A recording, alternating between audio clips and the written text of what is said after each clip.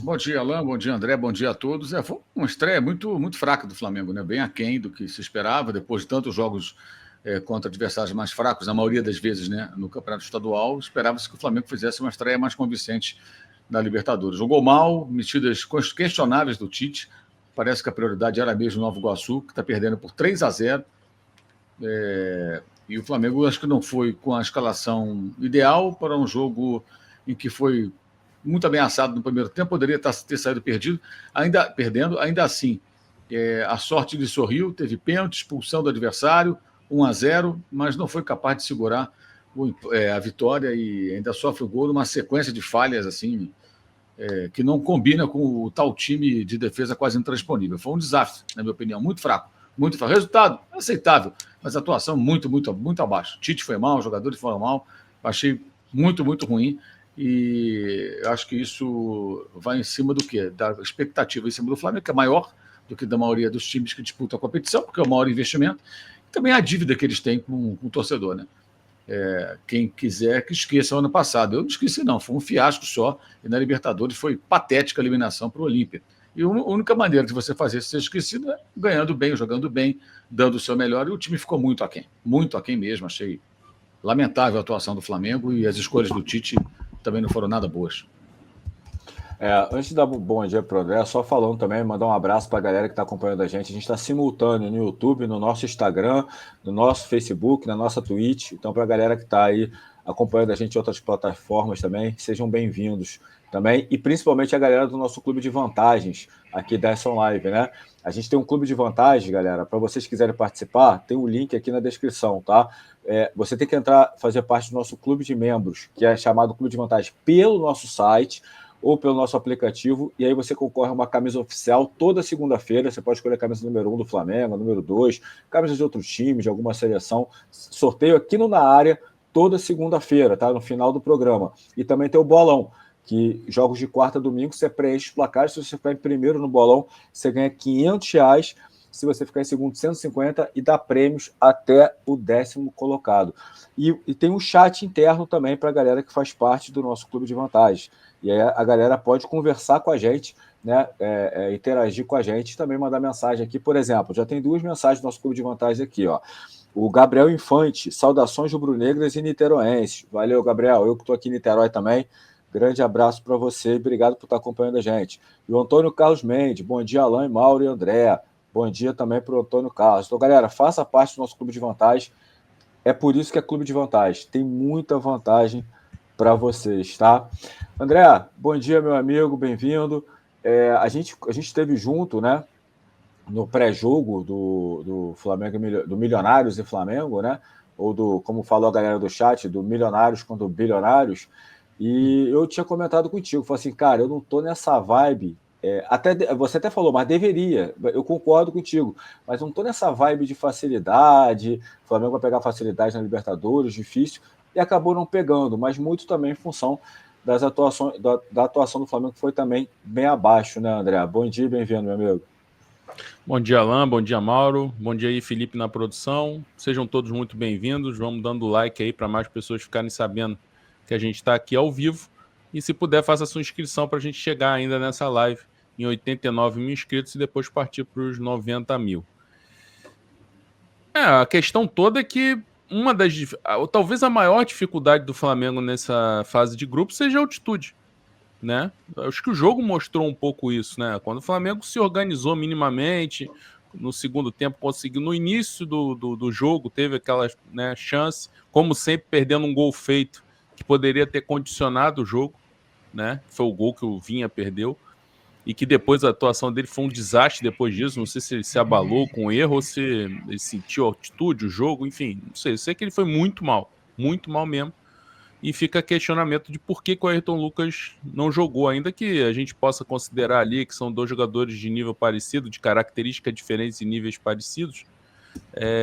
Mas ainda que o Tite tenha feito a escolha, aí fica outro questionamento. Por que não tirou no intervalo, né? Porque, assim, o primeiro tempo do cara foi catastrófico, né? Mas, enfim, eu vejo muito demérito do Flamengo. Acho que teria como... O que eu falei foi, o Flamengo tem condições de fazer 18 pontos. que seria vencendo com dificuldade na altitude, e os outros jogos eles se impondo naturalmente, principalmente os em casa, né?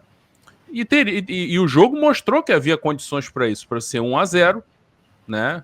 Eu vi o Mauro falar lá acho que na Jovem Pan, não lembro, ele falar que 1-0 acabou, fura a bola, né? O jogo tinha momentos em que o Fabrício Bruno parava a bola, os caras do Milionários da frente não saíam para pressionar e tal, então era ficar com a bola ali, manter a bola sem ficar forçando o passe como aquele que o Rossi deu para o Pulgar, na altitude ficar forçando o passe para quê? Para de repente o jogador ter que ficar correndo sem necessidade, toca no pé, vai de pé em pé, não precisa mais correr para fazer outro gol. Então acho que teve muito demérito do Flamengo ali e me incomodou um pouco, e não é nem a questão da escalação. A impressão que me passou, aliás, a impressão que me passa já há algum tempo, é que ainda que antes era mais compreensível, porque o Flamengo só estava disputando o estadual. Mas eu acho que a coisa está passando um pouco do ponto em relação à valorização desse estadual. De não, tem que ganhar um título para acabar com essa sequência de títulos perdidos e de preferência com melhor campanha, sem sofrer gol e tal. E eu acho que isso tudo foi lá para a Colômbia, e o jogo da estreia da Libertadores, assim como no ano passado, foi tratado como um engodo, como uma situação incômoda. Pô, por que esse jogo... E eu vi até o nosso colega Paulo Vinícius Coelho escrever sobre isso, falando, tinha que ter que botar a primeira rodada da Libertadores para depois do estadual, porque os times acabam se concentrando, porque tem a disputa do título. Gente, assim, desculpa, quem tá estadual, todo mundo disputa todo ano. A Libertadores não é sempre que você está disputando. O Flamengo está disputando sempre aí porque está numa fase vencedora, em que o dinheiro está conseguindo dar resultado esportivo, quando não dá em título, mas pelo menos dá a classificação ali entre os 4 primeiros.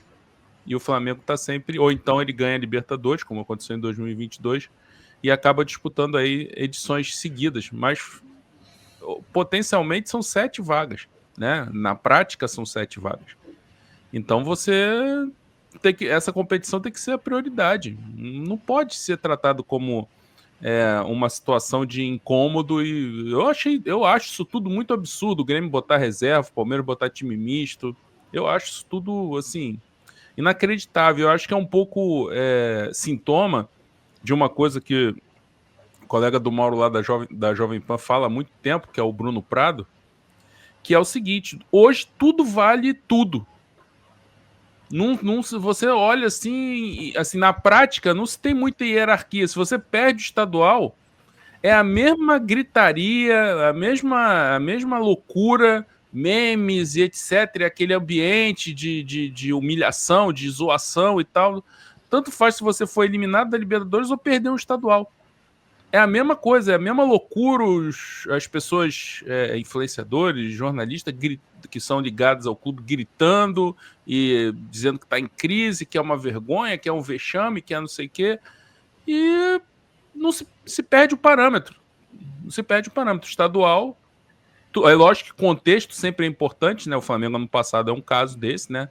A derrota para o Fluminense de 4-1 aí é outra coisa. Agora, ali uma disputa, por exemplo, Palmeiras vai jogar no Allianz a final com o Santos. Digamos que ganhe no tempo normal e perca nos pênaltis, como vem acontecendo aí, muitas derrotas nos pênaltis. É motivo para crise? Essa decisão é motivo para você poupar? Porque ano passado dava até para entender. Era um jogo na Bolívia, muito provavelmente o time titular ia perder também, ia ser um desgaste enorme, e perder para o Água Santa era uma vergonha absurda para o Palmeiras.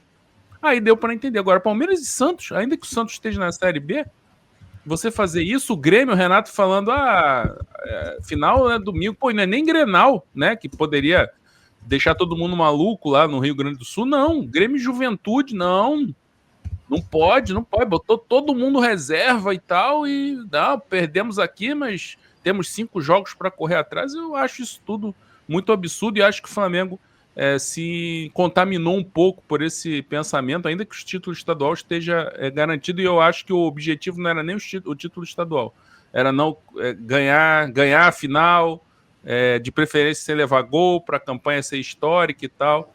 E eu acho que isso acabou contaminando o ambiente, independentemente das escolhas de escalação e tal. E aí, realmente, o desempenho foi muito ruim. E o Flamengo deixa 2 pontos aí pelo caminho, que pode fazer diferença lá na frente, quer dizer, e deixou uma impressão ruim, né?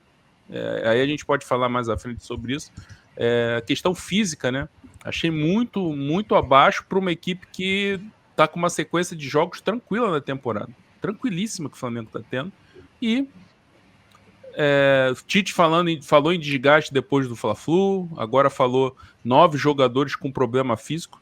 9 jogadores com problema físico depois de ficar 14 dias, a maior parte deles, sem jogar.